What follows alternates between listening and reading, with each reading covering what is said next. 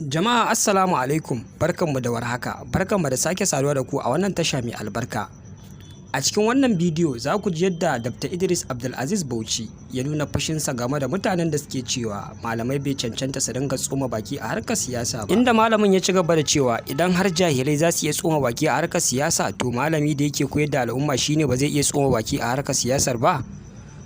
Masu kallo da sauraro ku biyo mu cikin wannan bidiyo har ƙarshe domin jin cikakken jawabin daga bakin Sheikh Idris Abdulaziz Bauchi. Akan abin da ya shafi siyasa ya zama dole ne magana a kai.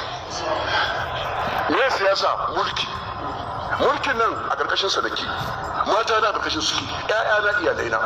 Yawan gwamnati ta dama za ta iya ga dama ta ce wa hanya ta masallacin nan kuma a rushe kuma a doka. Ta kenan ashe dole ne abin da ya shafi mu dole ne magana kai.